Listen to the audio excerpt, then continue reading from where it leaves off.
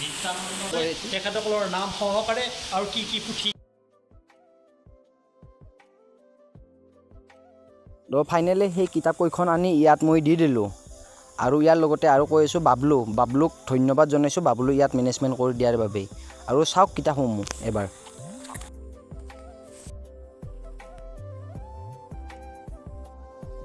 তো এইখন কিতাপ অকণমান বেয়া হ'ব ধৰিছিলে চাওক আপোনালোকে এনে থাকিলে মূল্য নাই হা ফাইনেলি কিতাপটো ৰেডি যাম সিহঁতক দি দিম ডনেশ্যন কৰি চাই থাকক যে আপোনালোকে দেখিছিল কিতাপসমূহ মই কি কৰিম চাই থাকক ফাইনেলি সেই মই কিতাপখন যে দেখুৱাইছিলোঁ মই কি কৰিম তো মই ইয়াত জমা দিম তো পুথিভঁৰাল হয় সকলোৱে মানুহ পঢ়িব পাৰিব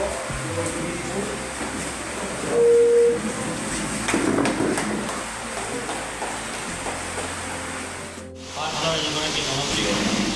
ইউটিউবাৰ হিমাংশু শৰ্মা আৰু হিমাংশু শৰ্মা আজি উদয়ন সংঘৰ দ্বাৰা স্থাপিত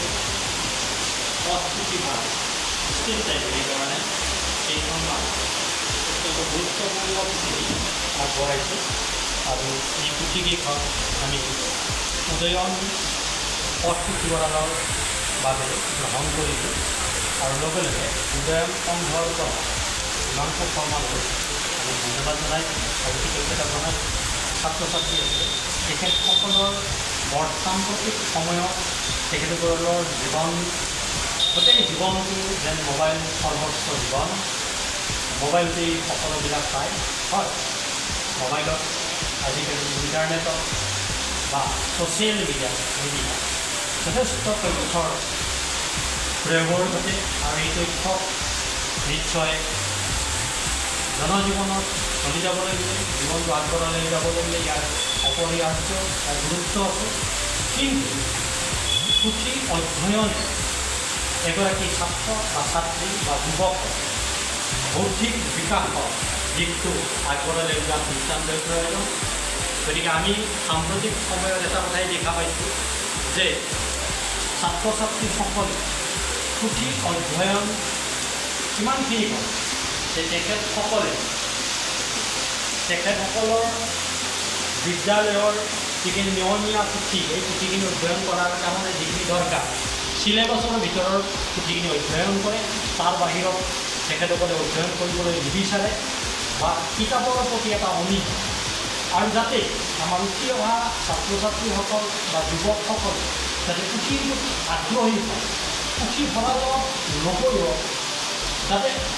হঠাতে যাতে পুথিভঁৰালত তেওঁলোকৰ সন্মুখত আৱিৰ্ভাৱ হয় সেইকাৰণে আমি পুথিভঁৰালৰ কথা চিন্তা চৰ্চা কৰিছোঁ আৰু পুথি অধ্যয়নৰ এটা নতুন পৰম্পৰা সৃষ্টি হোৱা যেন আমি অনুভৱ কৰিছোঁ আৰু লগতে এটা কথা আমি লগতে এটা লক্ষ্য ৰাখিছোঁ যাতে এই পুথিসমূহ আমি গছৰ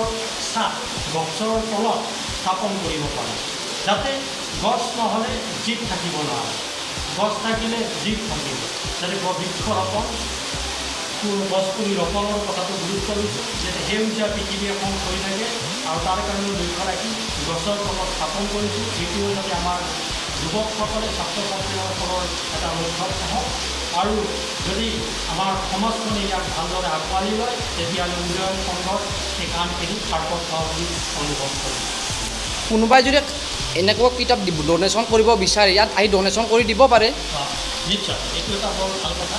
আমি পুথিভঁৰাল আমি স্থাপন কৰিছোঁ আমাৰ পৰিকল্পনা আছে গোটেই বজালিতে আমি এনেকুৱা ধৰণৰ পুথিভঁৰাল স্থাপন কৰিম আৰু ইতিমধ্যে আমি আৰু এটি পুথিভঁৰাল বিশ্ববিদ্যালয়ৰ সন্মুখত স্থাপন কৰিবলৈ কিছুদিনৰ পিছত গৈ আছোঁ পাঠশালাত আৰু 3টা পুথিভঁৰাল হ'ব তাৰ বাহিৰে আমি পাটদাৰকুছি নিত্যানন্দ সৰুপেটা ভৱানীপুৰ আদি কৰি আমি পুথিভঁৰালৰ আমি সৃষ্টি কৰিম আৰু এইখিনি কাম কৰাতে যথেষ্ট টকা পইচাৰ খৰচ হয় এই ক্ষেত্ৰত উদয়ন সংঘ আৰু অতিৰিক্ত অধিক শ্ৰীনয়ন ভূঞাদেৱে যথেষ্ট সহায় কৰিছে আৰু বিভিন্ন ধৰণৰ পুথিৰ প্ৰতি অধ্যয়ন কৰা ব্যক্তিসকলে আমাক পুথি আগবঢ়াইছে এই পুথিভঁৰালৰ বাবে আৰু এই ক্ষেত্ৰত যদি কোনোবাই পুথি এই পুথিভঁৰালৰ বাবে আগবঢ়াব বিচাৰে উদয়ন সংঘই শ্ৰদ্ধা সহকাৰে এই পুথিসমূহ গ্ৰহণ কৰি এই পুথিভঁৰাল সমূহলৈ আমি আগবঢ়াই যাম আৰু তেখেতসকললৈ ধন্যবাদ আমি জনাম। লগে লগে কথা এই পুথিসমূহ যিসকলে আগবঢ়াব তেখেতসকলৰ ইয়াত আমাৰ সম্পূৰ্ণ এটা ৰেজিষ্টাৰ আছে, পঞ্জীয়ন আছে, তেখেতসকলৰ নাম সহকাৰে আৰু কি কি পুথি ইয়াত আগবঢ়াইছে ইয়াত সম্পূৰ্ণ লিখা থাকিব। এই পুথিসমূহৰ নাম, ক্ৰমিক নম্বৰ, কোন লিখকৰ দ্বাৰাই কৰা হৈছে আৰু কোনে আগবঢ়াইছে, ইয়াত সম্পূৰ্ণ বিৱৰণ লিখা আছে। গতিকে আমি ইয়াত এটা ব্যৱস্থা কৰিছোঁ যাতে পুথিসমূহৰ দাতাসকলৰো যাতে পৰিচয়টো থাকে, ভৱিষ্যতে তেখেতসকলৰ আমি নামবিলাক ক'ব পাৰোঁ বা তেখেতসকলক আমি শ্ৰদ্ধাৰে মানে স্মৰণ কৰিব পাৰোঁ, ইয়াৰ এটা ব্যৱস্থা ৰাখিছোঁ। গতিকে আমি এই প্ৰচেষ্টা অব্যাহত ৰাখিছোঁ। আপোনালোকৰ কাৰ্যালয়ৰ লোকেশ্যনটো এবাৰ ৰাইজক জনাই দিয়ক। উদয়ন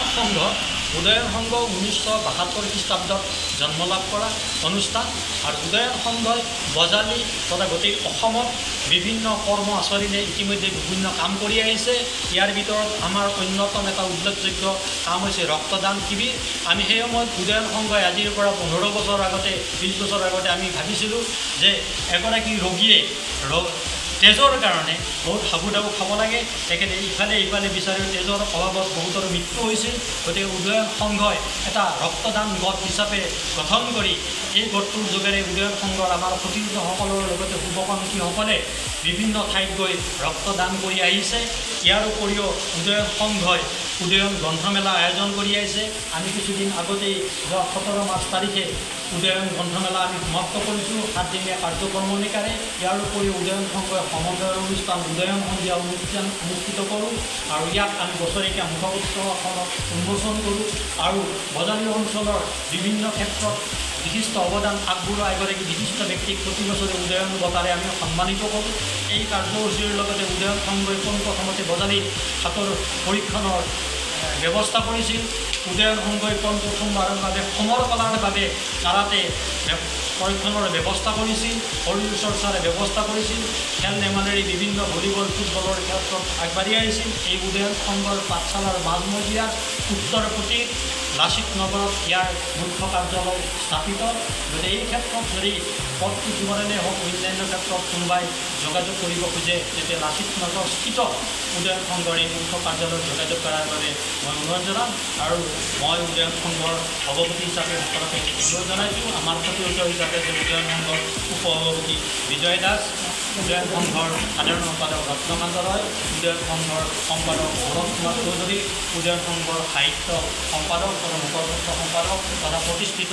সাংবাদিক দিগল তালুকদাৰ, উদয়ন সংঘৰ জ্যেষ্ঠ সতীৰ্থ সতীশ তালুকদাৰদেৱ, উদয়ন সংঘৰ জ্যেষ্ঠ সতীৰ্থ দিলীপ কাকতিদেৱ, উদয়ন সংঘৰ চুইমিঙৰ বিগত সীতামৰা পণ্ডিত দাসদেৱ আদি কৰি